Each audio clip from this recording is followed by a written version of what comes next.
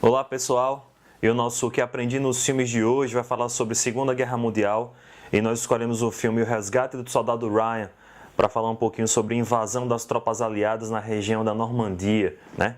Foi conhecido mundialmente como o Dia D, em 6 de junho de 1944. Vem com a gente para discutir um pouquinho sobre Segunda Guerra Mundial.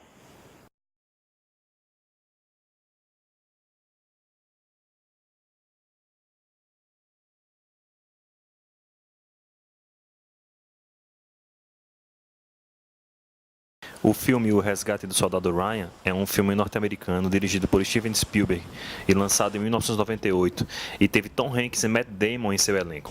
A história se passa em um dos períodos mais decisivos da Segunda Guerra Mundial, que foi o desembarque das tropas aliadas na Normandia, no noroeste da França, no dia 6 de junho de 1944, que foi chamado de o Dia D. A Segunda Guerra Mundial foi um conflito militar de proporções globais que durou de 1939 a 1945, envolvendo a maioria das nações do mundo, incluindo todas as grandes potências organizadas em duas alianças militares opostas: os aliados, que seria a União Soviética, os Estados Unidos, o Império Britânico e a China, e do outro lado o dito eixo, a Alemanha, Itália e Japão. Considera-se o ponto inicial da guerra a invasão da Polônia pela Alemanha nazista em 1º de setembro de 1939.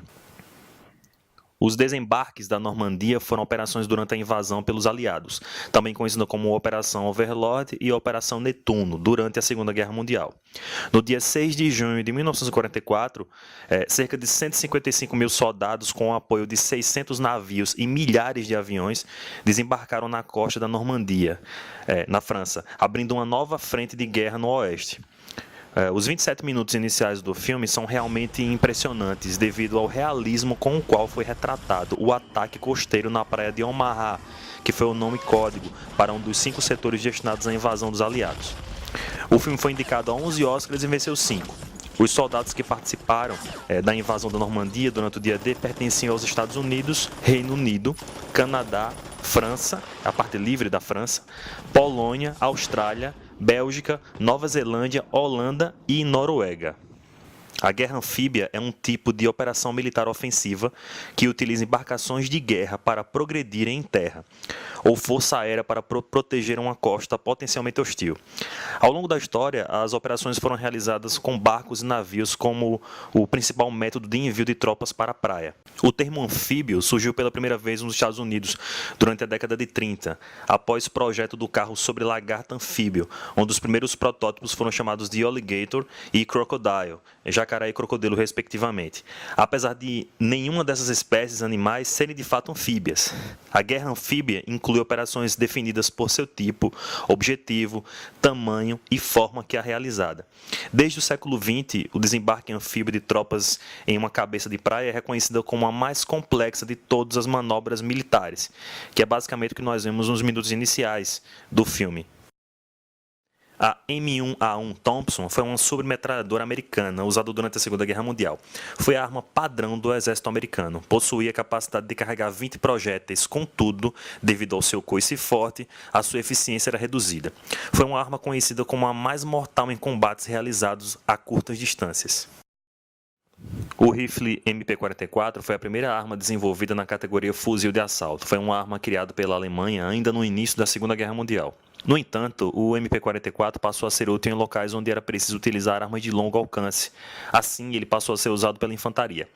O STG-44 serviu como base para armas utilizadas atualmente, como o AK-47 e a M16. A metralhadora MG-42 foi uma das mais importantes armas utilizadas pelos alemães durante a Segunda Guerra Mundial.